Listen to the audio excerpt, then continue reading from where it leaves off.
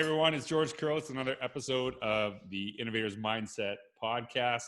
I am very excited to have my friend Evan Whitehead joining me today. And Evan and I have actually known each other just for the last little while. We connected, and actually Evan sent me a message through a direct message one day and had just said, hey, I'd love to, do some work with you. And so before I answered, I actually looked through Evan's stuff. And Evan was writing about these three terms. And this is in 2020: balance, boundaries, and breaks. And I just started going through all this stuff. I'm like, this is so needed in our world right now. This is such a powerful message. And so I actually messaged Evan back and said, hey, can we talk right now? I think it was a Tuesday or Wednesday night, probably 10 o'clock his time, because I really wanted to kind of go into this stuff because I felt this was so needed. And so Evan and I have been talking about doing some work together, and this is one of the things we're doing podcasts, but we got some other things that are going to be coming your way in the near future. But also we have a love for the Lakers, for old school Magic Johnson. So we've connected on that level because we're both big basketball fans. And and the intro De La Soul, probably Evan's the only person who knows that song of the intro of the podcast. So it's from my playing basketball back in the day, is got introduced that song. So Evan, I am super pumped to have you on the podcast. Can you just tell people just a little bit about who you are and a little bit about your educational journey? Sure. So thanks for having me on, George. I appreciate my it pleasure. first and foremost. So I am starting my 23rd year in education, so spanning over 3 decades. I started as a crisis interventionist and a teacher assistant at a therapeutic day school, which is, for your listeners that may not know, it's for students that have that are special education, but specifically have emotional behavioral challenges, and they're no longer able to participate in their homeschool because the support's not there.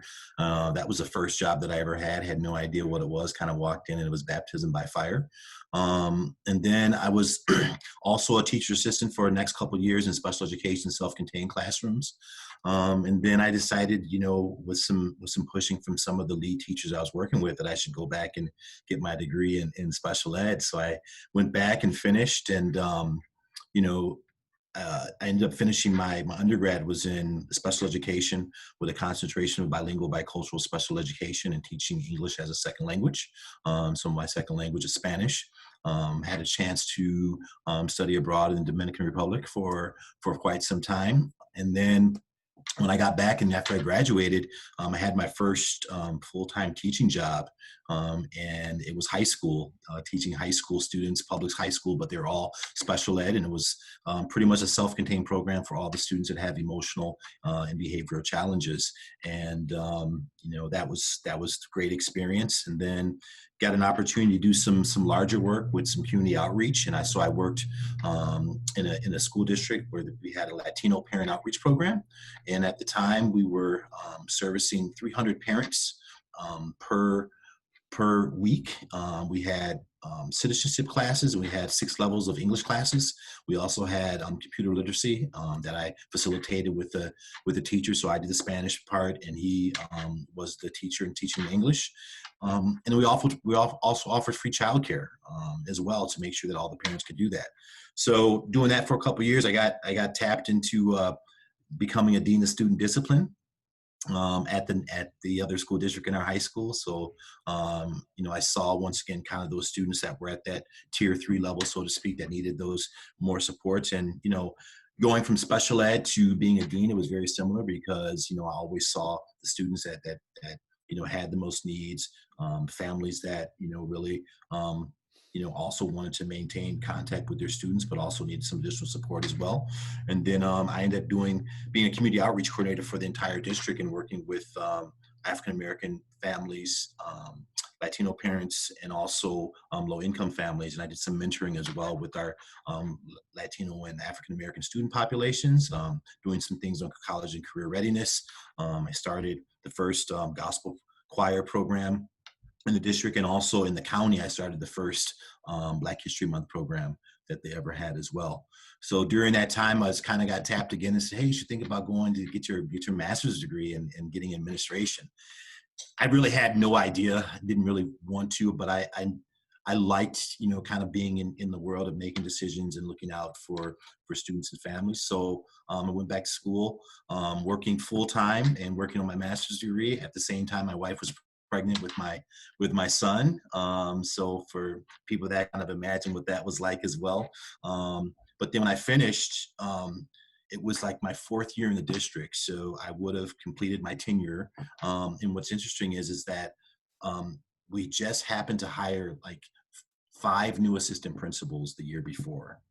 And the assistant superintendent said, hey, Evan, we'd love to keep you and we'd love to offer you something, but we just don't have any positions. And I was, I really wanted to stay, but I realized that I could make a greater impact at the administrative level and making some decisions. So I ended up, looking for some other opportunities, and I put applications for assistant principal jobs, some coordinator jobs, and then I saw one job that was listed for an assistant superintendent for special services, and it was very similar to kind of what I was doing. I was overseeing like counselors, social workers, psychologists, special education, McKinney Mental Homeless, doing some grant works. And I ended up saying, what should I go ahead and try to put my name in the hat? I applied, I got called for an interview, and it was the first time I ever got a one-on-one interview with the superintendent, George. And it was nothing like I ever experienced. She was very stoic. I went in, interviewed, sat across a long table from her, and she had no affect at all from anything. Like she asked me questions, I give a response, nothing. Like I couldn't read her at all. And like, typically I thought I was a pretty good, person on interviews. I, kind of read the room and see what was going on. She gave me nothing at all. So I finished the interview, went home, talked to my wife. She said, hey, how'd it go, Evan? And I said, that was the worst interview ever. I bombed it. I said, that was, really, I felt so bad. I was like down for a little while. I'm like, I cannot believe that I walked in there, thought that I could even apply for a job at that level after only being like, kind of like mid-management as a dean of discipline. I said, I had no business doing that. I said, man, I was just embarrassing. And then like the next day I get a phone call from the superintendent and say, hey, we'd like to bring you back in for a second interview, kind of with our team. So I said, okay, came in, had the interview, finished, called me back like that night and said, we'd like to offer you a position. So I literally went from dean of student discipline, no assistant principal, no principal, and right to assistant superintendent in an elementary school district. And most of my work had been in secondary, so high schools. And it was just so interesting because one, at the time I was the youngest assistant superintendent in the state of Illinois. I was 34 years old. Oh, wow. Yeah, I was. And then also, being an African-American man as well, there was no one that looked like me in any of those circles in central office administration. But, for some reason, that superintendent, her name is Dr. Eva Smith, and she just passed a couple of years ago. She became one of my best mentors because she saw something in me that I had no idea at all. And she took a chance, she took a risk on me, and said, hey, she saw some potential, and that was 11 years ago. And, since then I've stayed in central office admin and, either as an assistant superintendent or a director as well. My current district, I'm a director because we don't have assistant superintendents. So it's, in terms of org chart, like it's me and then the superintendent is my boss, my direct supervisor. And I like it. I mean, I'm the type of guy that likes to do different things. So, everything that I oversee in terms of early childhood education, bilingual education, for here in the States, Title I for low-income students, family community engagement, social emotional learning, homeless students. I kind of like all that because it's different every day. And I get a chance to work with different people in different departments and really seeing, children from the time they enter school all the way through they're ready to go to high school. And I see different levels and I'm able to see them progress and also see the skills that the teachers and the people in my department have. I find that fascinating because I actually had a very similar experience where I was hired by someone that I didn't think I was going to get a job from, and that idea. And I always, I've shared this person's name, Kelly Wilkins. She saw things in me that I didn't see in myself, and I think that's honestly what great teachers do. Like we always tell kids, like, "Hey, you need to believe in yourself, and that's really important." But it's way easier to do that when you feel someone else believes in you, right? Right. And I think it's I think both of us have been blessed to have people like that. But every person, every student, every adult needs those people that sees those things, and not only sees them but brings them out. I think sometimes, let's be honest, that people sometimes see those things in other people and then they become threatened by it and they want to almost suppress it, as Yeah. opposed to like, hey, like this is great that we have someone here that's really great, let's bring out the best in them. So I think what a beautiful lesson for not only teachers listening to this right now on how important it is, but also administrators and the people that you work with, because we want people that we associate going on to great things. And it sounds like your superintendent did a great job, even though you probably didn't think that was going to happen. No, no, I'm telling you, like I did not, and I felt that I was very confident, in my profession I'd been Mm-hmm. doing for a while. I was a little bit older, when I got into teaching, so I wasn't, really like fresh. I had life experience, but Mm-hmm. it was definitely a learning experience. But I can tell you, everything that I learned in that first central office admin job, Yeah. I carry it, with me today. Like I learned so much from her. And the great thing about it is, speaking of her as a mentor, is that she was the assistant superintendent and had just moved into the superintendency. So Oh, I basically took over her job. So she had the ability to walk me through piece by piece, and she created the job to fit her because that was her skill set. So there were things that I learned, like literally, like, in weeks' time, that I probably would have never had the yeah. opportunity to learn. And then, the other part is, I think, talking about what does it mean to be safe, right, and having a safe environment to learn, right, because you got to give people grace as they're trying to do things. And that's one thing she provided to me, like understanding that I'd never done it before. Mm-hmm. But saying, hey, you know what, I'm going to teach you, I'm going to be here for you, whatever you need, ask questions, I'm there. And I just think that's something that we should always keep in mind, whether it's our colleagues or we're supervising people, that having a safe space is very important. Hey, when you talked about, when we were talking about the importance of, students feeling safe, you had the role, you said dean of discipline, is that correct? Hmm. So kind of like, what are some of your like, especially coming from, special education background, I'm sure that served you really well in that role. What are some things that you share, like some of the practices that you had done to when kids mess up, because they do, because they're people and we all do, how do you ensure they feel safe through that process, but also be thoughtful of how do we get them to improve, how do we get them, because I think a lot of people see that role as like a punitive role as opposed to one to help kids grow and become better. Right. And I'm glad you said that, George. And that's exactly the way I approached being a dean. And I was an outlier. I'm going to be honest with you. Like, not only in my school, but in the other like neighboring high school, and then within like kind of our community, professional community of deans. Like, I always, took my experience as a special education teacher to find out like what's really going on, right? Getting down to the heart of the situation, understanding that there may be other environmental factors going on that we may not know that could be causing, a student to act out, especially when you have reoccurring, situations. Like, it's just not by coincidence.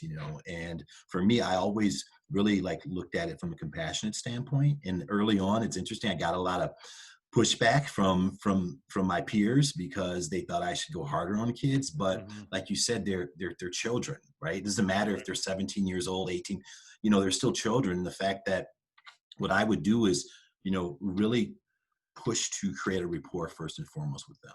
They had to know, one, that I care, and I would do that. I would also explain to them, about decision making first and foremost, right? Because I think people assume that they just did something bad, but that's not the case, because I had a lot of students that were moving into the school district I was working in, and from another school district, and sometimes their skill set they had for survival in their previous district was not the same skill set that they needed in the district that they had moved into where I was working. So a lot of times there was teaching opportunities for them and their parents, right? To say, understand some of the unwritten rules that yes, even though you may feel a certain way, responding or reacting in this way here is gonna create another barrier for your learning. So that's the way I went about it. And also, George, I created partnerships and relationships with the parents, right? Like, I'm kind of old school. So to me, I always thought about, this is if my parents ever received a phone call, Yeah. while they were at work, during the workday, Right. the odds are I'm probably not going to repeat that behavior Nope. because that's the way it was in my house. And that's what I did. Like I would, if something happened, I'd immediately call their parents. If they weren't at home, I call them at work. And the first thing, you see high school kids and they think, they're so nonchalant. But as soon as you say, oh, I'll just call your parents at work, like while they were in the office, Right. right? So they could hear the conversation, right? I'm being honest, being transparent. I'm not going to say anything, that I wouldn't normally say. And I would explain what would happen, and tell the parents and say, what, your child made a bad choice. However, what I like to do is can we kind of think about what we need to work on. So what I ended up doing was almost having like a plan. It was weird. Like no other deans were really thinking about a plan in terms to help the students improve their behavior so they wouldn't come back to the office again. That's what I tried to do. So I would have my list of students. I had about 500 on my caseload because the school had about 2,000 students, give or take. But I knew the students that, what we call probably more like, if we look at MTSS would be like tier 3, that 1 to 5% of that population. And I basically, made sure that I connected with them like Mhm. every day, even if they weren't in trouble, it's because I wanted to change it. I became visible, right? I became visible in the building. So the only time that, that they saw me, the general student population, was not just when something bad happened, but I started just, being around and making connections with the kids. And then, what started to happen was the students actually didn't want to let me down, right? Mhm. Like they Right. didn't want to come to my office and have me call their parents again. They started feeling bad. So it really worked because now they had a reason to do better. Like it wasn't about like external control and trying to make sure that, I'm going to make you do something. It really became internal, which is important for any type of growth, right? There has to be a reason why you're doing it for yourself versus other people. Well, I think that for me was always a focus in my work in admin was I wanted to get to a space where a kid was more worried about disappointing me than me becoming mad, because but that takes a relationship. And one thing that you said that stuck out to me, is that these are kids. And one of my things I always try to do is to try to look at every person is somebody's kid, right? And even me, right? Some of the things, like I always think, what would my mom think if, people were talking to me like this, and it's the same thing with our students, that somebody watching you have that conversation with a kid, would they be, happy that's the way Mhm. even when they screw up, right? I think Right. that's really important. And one of the one of the things I know that you were just on a call for this, and you kind of briefly mentioned it about next year, is I feel almost every kid, and I don't know how accurate this is coming into school next year with some level of trauma. Like there's going to be some variance of that, with everything that's going on in the world today.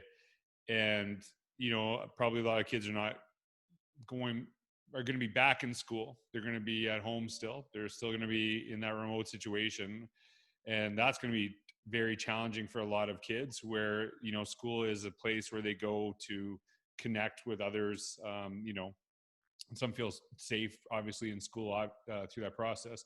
So, what's some of the things that you're kind of looking at, or maybe you're doing to focus on how to deal with that trauma as students are coming back to school? Sure. So I'm glad you used the word trauma, George, because I think that a lot of people have been avoiding using that term, Hmm. but that's what it is, right? We had an abrupt into what we once knew as normal, and it threw everyone off. And whatever ramifications came about that, have not been positive. And when you compound that with what students already may have been experiencing, it gets, it gets very challenging. So for us as a district, one, first and foremost, we want to make sure that we have the appropriate staff to provide that, meaning clinicians, psychologists, Hmm. social workers, counselors, but also the fact of like, what other partnerships do we have in the community? Because, education-based social workers, psychs, et cetera, have an education focus, but oftentimes it's the community agencies that have a focus on environmental factors, Hmm. especially when you're talking about trauma and things of that nature. And they have resources that schools rarely tap into, and they're always looking for partnerships. So that's one thing we're looking to do, to make sure that we have the staff available. The second is that working with our staff members, right? So they have the skill set to recognize and be aware of what they may see. So, for example, during the spring when we were doing the crisis learning, and we were remote, you know, we had kind of almost like a checklist in terms of what things, signs to look for when you're working with a student online, and things, and so that you can say, okay, are they getting what they need? Are they responsive? Have they not been on a call and been engaging? You know, Also, we outline specifically, um, don't take something, and think it's something that it's not. For example, just because a student's current home situation or their home doesn't look like your home does not necessarily mean that there's something bad going on, right? Right. It's just, that's just what it is. Some people are just more fortunate to have, additional space to work. Some people don't, have a home office. When I was growing up, I did my homework at the kitchen table while my mom was cooking. Like, we didn't have that space. So I think helping the teachers do that, and helping the teachers recognize.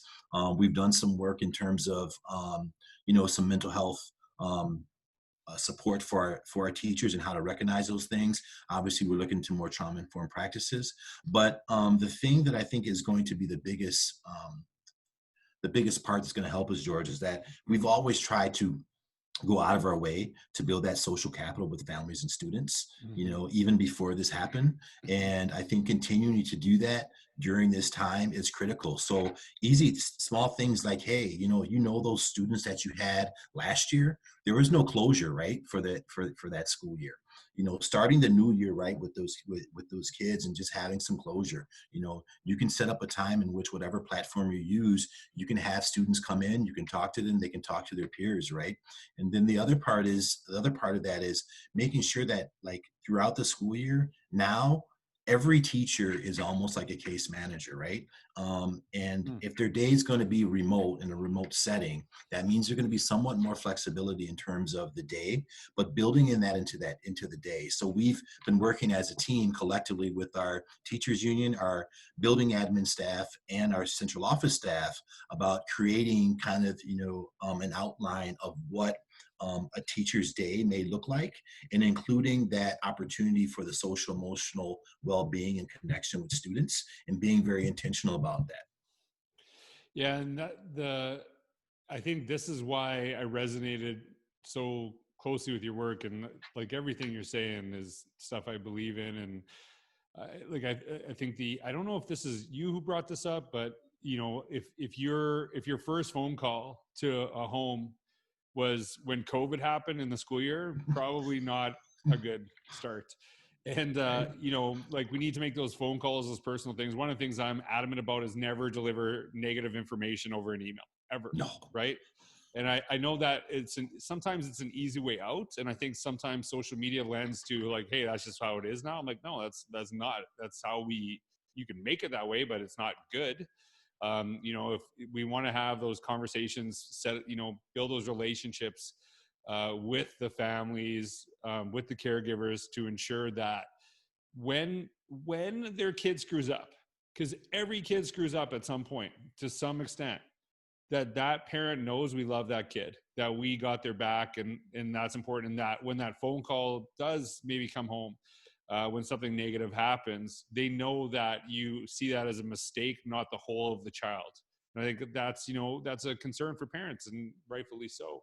And your ideas, I think, this is a lot, like there's a lot of an emotional toll that didn't just happen with students, but obviously educators. And your focus on that too, I think, was why I resonated so much with just those three words I brought up at the beginning of the podcast of balance, boundaries, and breaks. I, I'm going to ask you, Evan, in a bit, to talk about what you mean by each one, and maybe like some Okay. strategies that you use. Okay. But I actually want to know, and you've kind of mentioned this to me in some of our conversations, but like, kind of like, how did you get to that on a, not necessarily an educational level, but on a personal level? Like, Yeah. why has that become such an important focus for you?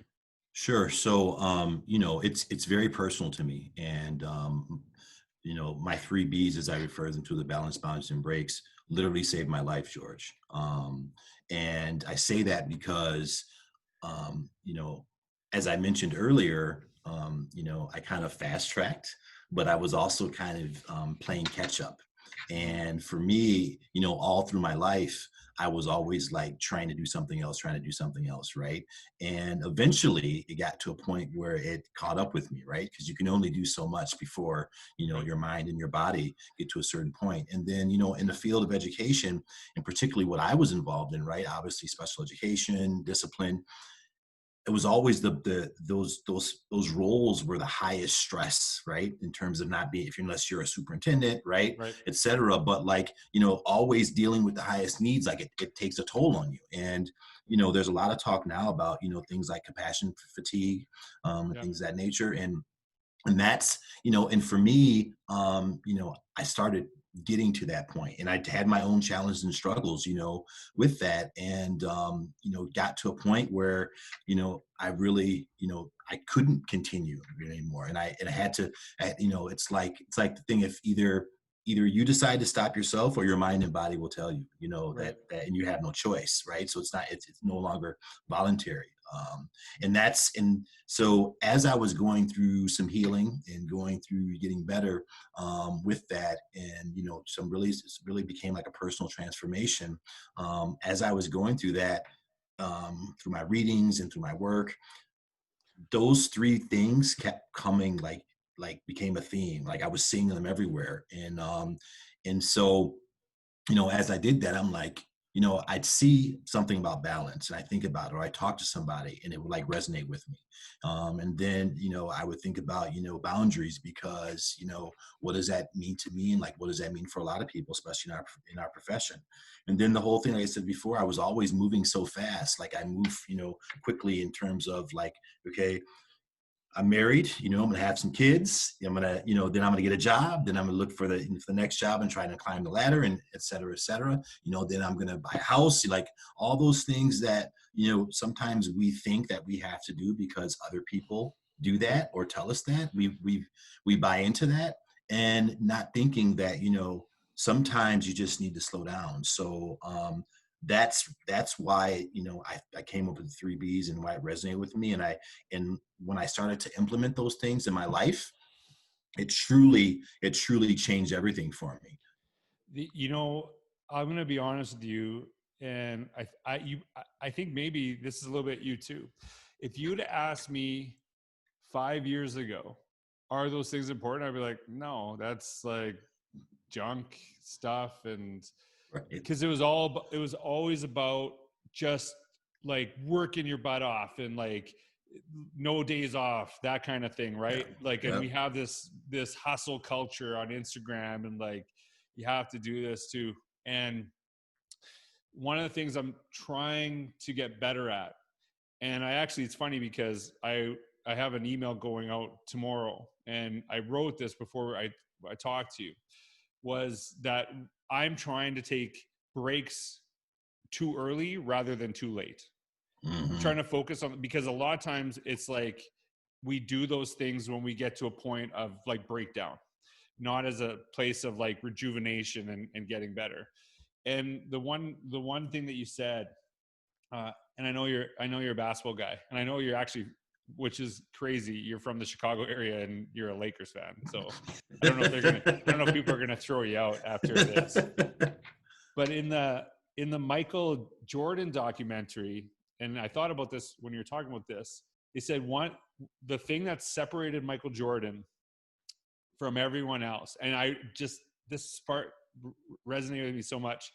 He was so focused on the present, and he wasn't focused on if he misses that shot or whatever. He was just in the moment. And sometimes, and why that resonated with me so deeply is because sometimes we are so focused on what's next, we don't actually take the time to appreciate what's happening right now, what's like the present moment that we're in, where it's always, and it's hard to do that, right? Like you want to do well in your work, you're looking at new opportunities, but you actually lose focus of the beauty of what the present moment that we're in. And so that I don't know if did you watch The Last Dance, by the way? Yes, I did. It was so of course good. I did. Yeah. I actually think the first night I talked to you, I was like watching it for the third time, and I paused it because I've like seen it. It's so good. We should do a podcast on that. That's right. yeah. So, hey, Evan, can I ask you, okay, so when you talk about, I'm going to ask you actually to break down each three of these, because I want people to see this podcast as an opportunity for them to help them with these three areas. Mm-hmm. So like when you say balance, like, because a lot of people have very different interpretations of that word. What does that mean to you? And like, what are some ways that people can, kind of achieve so that it helps them? Sure. So the three B's were actually rooted in mindfulness meditation and dialectical behavioral therapy. Mm-hmm. So the mindfulness obviously is based on being present and being aware of being aware. Pretty plain and simple. And the dialectical behavioral therapy really focuses on mood and emotion, and then also understanding that there's really no obsolete, right? There's always like a middle path, right? So it basically talks about centering and anchoring yourself and understanding that. So in terms of the balance, for me, the way I always put it is balance is making sure that you balance your time, your energy and efforts into people, into projects that are going to be reciprocal, right? Mm-hmm. Because, yeah, I know people think about work balance, life balance, but think about it, right? If you're going to put 100% into your work, right, you better hope that you're getting a return on your investment, right, from your work as well, and you're seeing that. If you're going to put 100% in your marriage, right, you should get that back as well. You put into your kids, if you're coaching, if you're working with them, right. If you're going to set out on a new venture, right, you want to make sure that if you're going to do that, make sure you're getting it back, because that's what usually happens, and that's where people get caught up and like, oh, I can't find balance. It's not the fact that you want to do so much. It's more what are you putting your time into, right? And what are you saying? Like, I don't really need to be bothered with that, because what happens a lot of times is we put the energy in the wrong thing. And then we feel like, oh, I just invested all this and now, right, it's not working. And then we feel bad. We start feeling regretful. We start feeling shameful. So the first thing for balance is really literally is writing down, things in terms of, very simple. Okay, what do I have to do? Whether it's my job, whether it's my work, whether it's my family, right? And then, you begin to prioritize and think about, okay, is this something that I have to do, right? And I need to do, or is it something that I want to do? Right. And is it actually going to be beneficial for me in the long run? Because there's some things that, we may think, I have to do this, I need to do this. But then you think about it, that's more of a want, right? It's more of a want. And like, can I put that off until another day, another time, and do that? And you can do that like daily, you can do it weekly, you can do it monthly, whatever works best for you.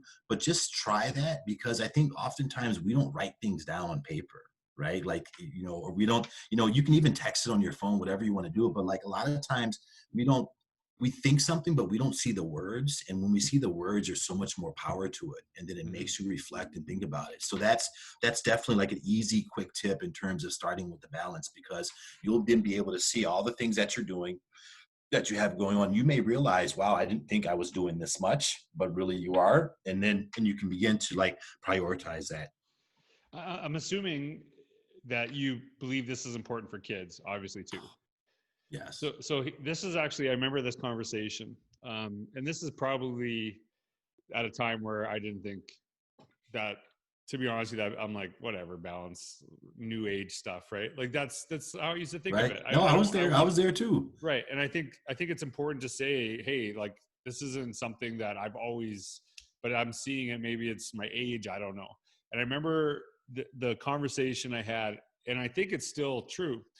One of the teachers was challenging me because I was like, balance is just something people say when whatever, they're not looking for it. And they're like, well, our kids need balance. And I remember saying this to them, and I still think that's true. I said, do you think as an educator, you are balanced as a person? And you should just saw the face. Like it's just right. So, so now like I think about that too. At the time is like, I was kind of proving a point, like you're not balanced. So why are you making that kid do it? But I think the way I see it now is you're not balanced, so how can you effectively teach a kid that process if you, because we get caught up into things that actually deplete us often, right? And that's that's part of life, but is that Hmm. the majority of your life? Is that the majority of your day? And so I think too, we have a lot of educators who see that as really meaningful for kids to emulate that. We have to model that. We have to be able Yes. to have a conversation. And it doesn't mean, I think a lot of people, and maybe this is where I was, is that, so I have a schedule and I have like 2 hours of exercise and I have to like schedule the time perfectly and then I will have balance, right? But it's more than that. The one, the balance and breaks I've heard before. The one that really caught my attention was the boundaries. And I just want you to talk, like, what do you even Yeah. mean by that? Because I thought it resonated with me. I felt, seriously, Evan, when you messaged me, I felt like you messaged me at just the right time in my own life. And like, we just had a daughter and, I'm feeling really overwhelmed. I feel like it was just serendipity at the moment. But like, when you talk about boundaries, what do you mean by that? Yeah. So most of the time when people talk of boundaries about boundaries, it's always like making sure you don't cross someone else's boundaries, right? That you adhere to their boundaries and making sure you're doing that. But personally for me, my problem is that like most educators, we are givers by nature. We're fixers, right? We want to help. We want to make sure that everybody's okay. And for me, I was the same way. So like, professionally, if you say, hey, we need someone to be the sponsor of this activity or club, I'll do it, right? We need someone Right. to be the coach, I'll do it, right? Can you stay after a little later? Sure, no problem, I'll do it. And throughout my career, I was doing that all the time, like, and just, sure, I'll do it, no problem, because, thinking the fact that, well, it'll look good because I'm volunteering for things, right? People will see that I'm a hard worker and and how dedicated I am, and, you know, what happened is that it wasn't a voluntary thing. It became like the way that I was going about business. Hmm. Right. So now all of a sudden, it's not just, I'll stay after maybe like, once a month, someone asked me for help here and now and then. That became the way that I did it. And my mind was beginning to train itself so that that's all I did. So it was always, attempting to go above and beyond 120% all the time. And personally, I'd been that way as well, like through my friendships, my family, extended family. Like, I was always looking out for another person. You know what I'm saying? And I know it was always trying to make sure everybody was right. Like someone needed something, sure. You want to talk to me? Sure, I'm here to talk to. And I never said no. And that Yeah. that really is about the boundaries. It's not so much about other people's. It's about ourselves. It's about giving yourself permission to say no, right? Because you can't be everything for everybody. It's impossible. And I fell victim to that. And you end up being spread so thin in so many ways before you realize it. It's like, well, I'm doing everything for everybody else, but like who's doing something for me?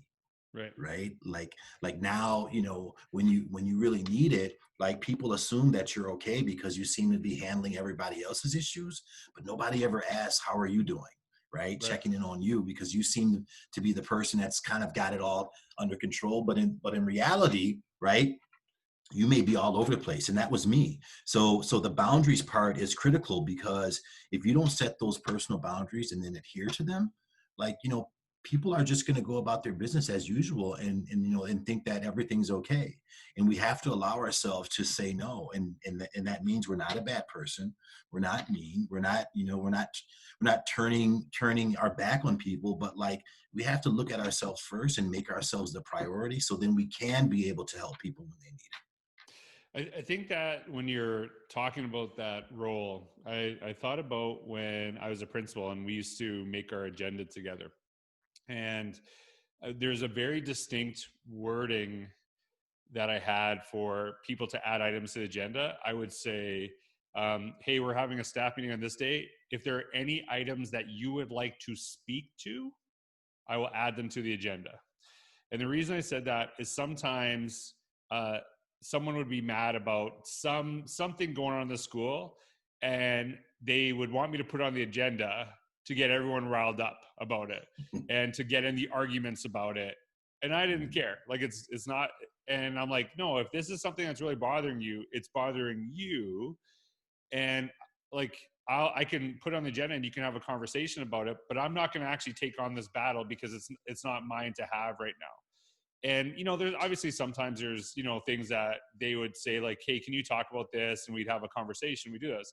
But I think a lot of times, in the role of principal, in the role of leadership, people come to us with problems. We take on their problems and then we try to fix them, not also recognizing we have 10 million other things that we're dealing with at that same time, whether it's personally and professionally.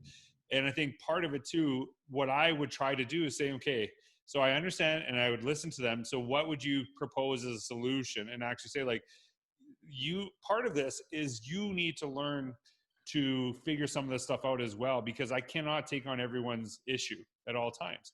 And I think it's a really important thing you develop in kids is that they learn to, like I've talked about this several times. When kids are sent to my office, I'd ask two questions. Why are you here? And I wait for them to talk. I wouldn't like say, this teacher said this and this and this. I say, why are you here? And then eventually, sometimes it took an hour for them to tell me. Sometimes it took 30 seconds. Once they said that, I'd say, what would you do if you were me? And I would put the onus on them solving some of those problems, because a lot of times we are so quick as educators to try to solve everything for everyone else.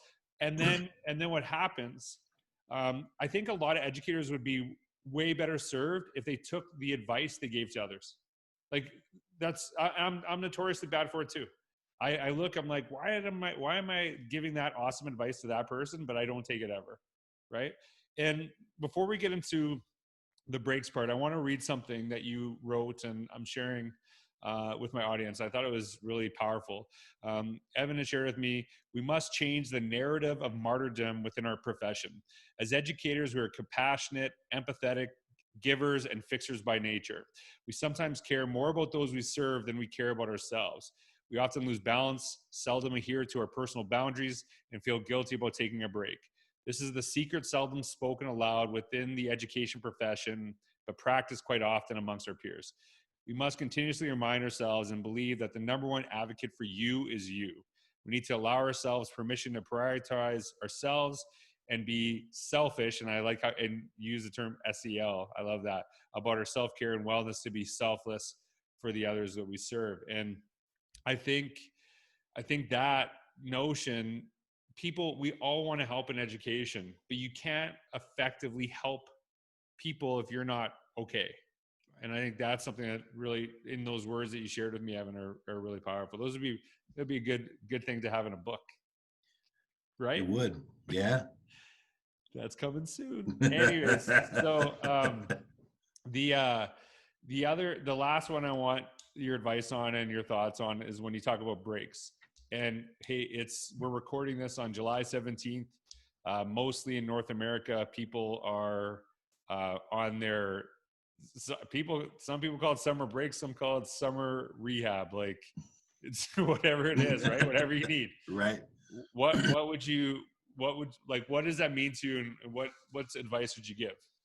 So for me, the reason why I talk about breaks is, as I said, I was always moving, kind of moving to the next one, but I never really got a chance to enjoy anything, George. Right. Like, as we, speaking to you, how I kind of, you know, I started in education a little bit later. And then quickly I was like, being promoted and getting other opportunities. I never really got a chance to enjoy, right? Being in that space and like, oh wow, this is pretty cool. I was always kind of looking for, well, what am I going to do next, because I thought I need to catch up. And right now our society is so fast paced. But I can tell you this, and I'm going to say this, and I didn't want people to take it out of context, but when the pandemic hit, it forced everyone to Yep. pause, right? Like for the first time, how often would you hear someone say, I wish I had more hours in the day, Right. or I wish I could spend more time with my family, or I wish I could have a day off, or I wish I could like start a hobby, or wish I could start or pick up a hobby I used to do, but I haven't had time to do it anymore. The pandemic hit, and I think that the perspective that a lot of people had wasn't on how can I use this time to get better? How can I thrive? It was like more in survival mode. Yep. And I think that the breaks part is huge, because sometimes we don't even know when the opportunity is there to take a break. We can't even see it as a break, right? And for me, it's so important that like I was doing so much, I just needed to stop, right? I needed to take a break. I needed to pause, because I was always like running, trying to do something, whether it was taking my kids to their athletic events, or going into work early, or staying to work late, or trying to improve myself professionally. I never really like paused and allow myself to be in the moment. So that's really where the mindfulness comes in. And for really just being in the present, right? Allowing yourself to just be. You don't always have to be moving. You don't have to do anything. Mm-hmm. And that mindfulness piece is so good, because it allows you to practice self-awareness, which leads to social awareness as well. And for me, like, I started meditating, and I was one of those people that said, who meditates, Right. like, right? Like I thought that's only on TV, whatever. I was the last person to ever meditate. Second, And you're the second last. Just and you gotta help me out with that. and honestly, when I learned about mindfulness, it was like the type of meditation that worked for me, right? Because it doesn't take a long time, right? It really is just being aware, and like of everything, from like the sounds you hear, like the sounds you don't hear, like listening to like your breathing, listening to your heartbeat, when you're outside, hearing animals, hearing birds chirp, hearing cars pass by, but just being present enough to hear all of that, because oftentimes we block all that out, right? There's so many things that are going on around us. You don't take the time to just enjoy that. So for me, I started meditating, and I've been doing that practice for quite some time. And with me, you don't have to meditate for a long time. We're talking like 10 minutes. Like when I first thing I get up Uh-huh. in the morning, I meditate before I go work out, and get my movement in. But I just do that because it helps me start my day, and it anchors me, it centers me, right?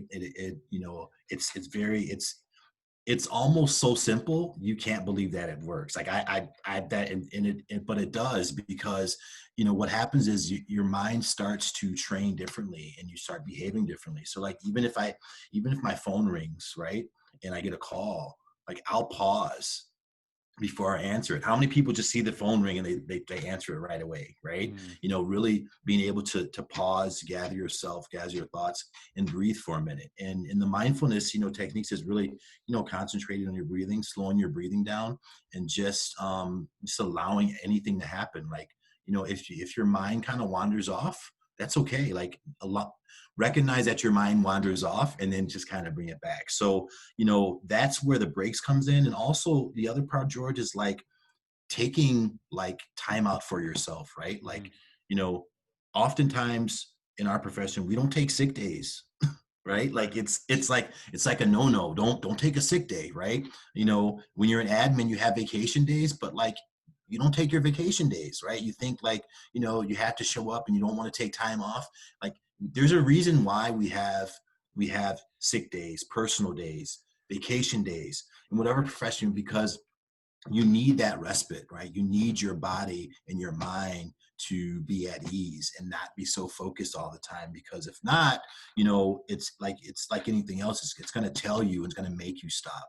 So the other breaks is taking that time off, taking that time out. If you can't take a vacation day on that particular day or down the week, Yep. utilize your lunch hours to do something productive. Just kind of remove yourself for a little bit so that you can come back revitalized and be refreshed, because it's so important. There's ways you can do that, and just finding what works best for you and then applying it, and then start doing it more, and it becomes a habit. Okay, I got to ask you with the meditation thing, and, Okay. and, and you got to help me out. So this is my issue with this is my not, I don't have an issue with the concept of meditation. This is my issue with doing meditation, and I don't know if this is part of the process. Sometimes when I've tried it before, I just hate the like thoughts that are in my head at the moment. Like I struggle with that. It's like I know this sounds weird. I feel my mind is so empty, and I've always had an issue with silence. So I need music to go to sleep. Those things, right? And silence gives me a hard time. So I've always struggled with meditation. I don't know if you have any advice, Yeah. because that's the I've tried it, like, because people say, oh, just do it for 10 minutes. I'm like a minute in, I'm like, I can't do this. Yeah. This is like it feels like when people say it, it's actually, harmful, or like I feel I struggle with it, not taking the 10 minutes to do, but I just struggle being in my own head. Yeah. Yeah, you know what? Here's the thing, like that's okay. Like that's normal. Like if Okay, if good. you're yeah, no, you're supposed to, because Yeah. like that's the whole point, is like you're becoming aware of the fact that your mind is moving, and like Hmm. the thoughts are coming in. And for you, you mentioned about you always need like noise. That is the noise for you when you're Yeah. meditating, right? That like when the thoughts are coming in and coming out, that if you kind of just own that and kind of let it happen, that may be the type of like peace that you need to get your body in a place and your mind in a place where you can rest. And that's okay. So during that time, it's all about whatever's happening in the moment. Allow it to happen. Like just be present and don't try to fight it. Because originally I thought like you did, right? You have to like sit still. You can't say anything. Like your thoughts aren't supposed to go in your head. Well, Right. I mean, it's your brain, right? So like you're not turning your brain off. It's just accepting what's happening, and accepting what is currently going on, and being okay with that. Yeah, and like I I I think part of all of this, and I think this is where I've had my big um kind of shift in thinking on this. All of the things that you're talking about are so we can be better in our job. They're not like going away for a job or ignoring this. Like anyone that's listening to this podcast right now, I so appreciate you listening to this podcast, but I'm gonna be honest with you, I don't listen to any education podcast because I need a break from education, and I don't necessarily if I don't want it on my phone at sometimes. People say, oh, you need to sign for Vox. I'm like, nah, I don't want voicemail messages from educators. Now, if you're on Vox, I'm not saying it's bad. If you listen to education podcasts like you're doing right now, I don't think it's bad. But we got to figure out those ways where we get away from this stuff to Yes. make us better. And I think that's been my shift, because years ago I'd sign up for everything, anything education related. I got to be immersed in it all the time, and I started losing like focus on myself. And this is actually, as you're talking, I thought about my high school life. And I remember I was dating a girl at the time, and she lived in a small town. And I'm telling you, it's a K to 12 school. I think they had 100 kids. It's a very small school. I'm really into basketball. To be honest with you, in my division at the time, we were one of the best teams for the years I played. And that school, the coach, her dad was the coach, and they weren't allowed to play basketball uh, during non-basketball season. They had to play a different sport.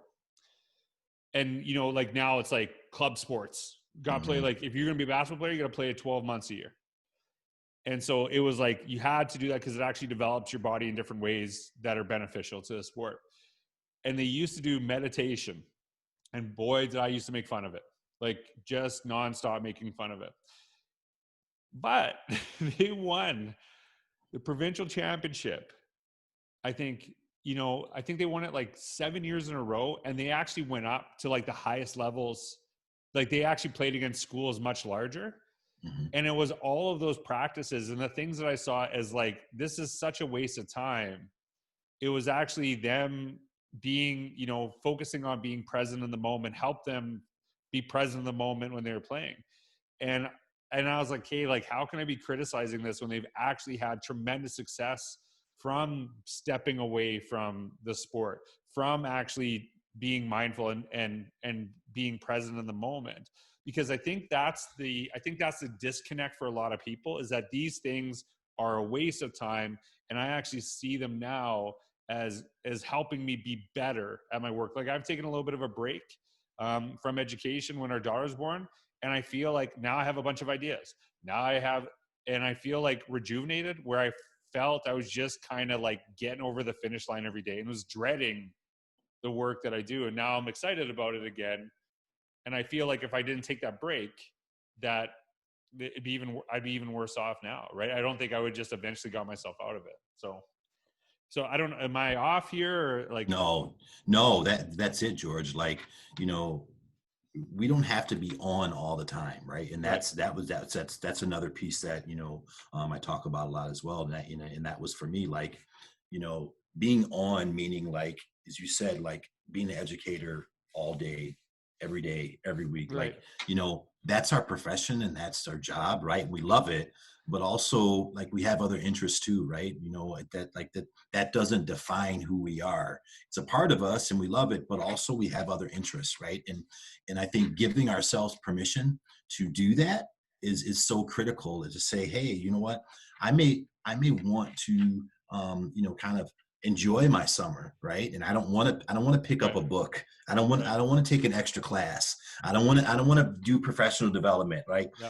And to me, I think you kind of hit on it, is that like sometimes, like, when you're not doing something, like the energy and the thirst and the thrive comes back to doing it, and you get a time to do some self-reflecting, like, because really when you clear your mind and step away, right, going back to the meditation and mindfulness piece, all of a sudden, like, there's things that you probably wouldn't notice that were going on, Mm-hmm. that and ideas come because your mind is open up, it's at ease, right? You're not always in like kind of survival mode of what's next. You're getting a chance for ideas to flourish. You can kind of let them marinate, and then see things from a different perspective. Yeah, I appreciate that, and Evan, it was not only great. I like these podcasts. I find when I do them, when I have conversations with other people, I find them rejuvenating. And part is because we're just chatting. Like Hmm. I know we're talking about education, but I don't feel the pressure. And honestly, we had a great conversation before. We're gonna sometime I'm gonna do the podcast before the podcast because I think there's some awesomeness there. But hey, Evan, thank you so much for your time, and it's honestly been great getting to know you. But I'm really pumped for the work we have planned ahead that's coming up. Can you tell people like where they can find you? Sure. So my social media home for the most part is on Twitter, and you can find me at Evan Whitehead, at EvanWhitehead 00 at Evan Whitehead 00.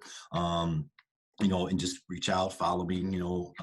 Obviously, I follow back, and I also send DMs. So if you send me a Yeah, DM, like, obviously, I definitely will respond. I'm always looking to collaborate. Even if it just means having a quick conversation or yep, bouncing ideas off. And also, the other part, I am one of those people that on Voxer, not active as much as yeah. as some others are, but I am on Voxer, and so you can contact me on Voxer, and it's capital EW 00. Awesome. Hey, before we go, we're both big basketball fans. NBA season's about to start up. I don't think it's going to make it all the way through, but we'll see. Who do you have? You know who I got. Who do you have winning the championship? Clippers. No. Clippers. No. Evan, way to ruin the conversation right at the end. Clippers. Here's the thing, George. Like, and we'll talk about this more one day. Like, do you really realize how many guys from Illinois play in the NBA? Like, I know you told me you're dropping Van Vliet, and he's my favorite. And look, I really, like, first of all, like Doc Rivers, right? The coach is from is from right outside Chicago in Maywood, and then Pat Beverly is from the west side of Chicago. You know what I'm saying? Do you know who else is from Chicago? Is Isaiah Thomas. Isaiah Thomas from the west side Chicago. As well. Right? Poor guy. He comes from Chicago, and Chicago hates him because of Michael Jordan. Yeah. But you know what? Yeah, I like the Clippers, man. I like what they have a chance to do. We'll see. I'm never look. I know you and I. You know why that hurts me. You know why that hurts me. Yeah, I know, because Kawhi. He left us. I know. That's why I said it. He had the whole country, man. The whole country. But what's funny is he wanted, and we're so Canadian. And we're like, and he said he wants to be a fan. We're like, we understand. It's like there's no like. It's just that makes sense, right? But you know what would be awesome? Clippers, Raptors win the championship. Because you got an Illinois guy there. Yeah, I do. Yeah, that's right. Yeah. So, all right. Okay, so we'll bet a meal on that one. I'm taking Raptors. But I may never have to pay it because I don't think I'd get across the border. Anyway, the only people get across the border are the Raptors right now. So, anyways, man. Anyone, make sure you follow Evan. We're gonna link the where you can connect with him at as well. But Evan, I'm so pumped to work with you. Thanks for dropping on the podcast. It was awesome. Thanks, George. Peace and blessings, brother. All right. Go Raptors, man. All right. Thanks.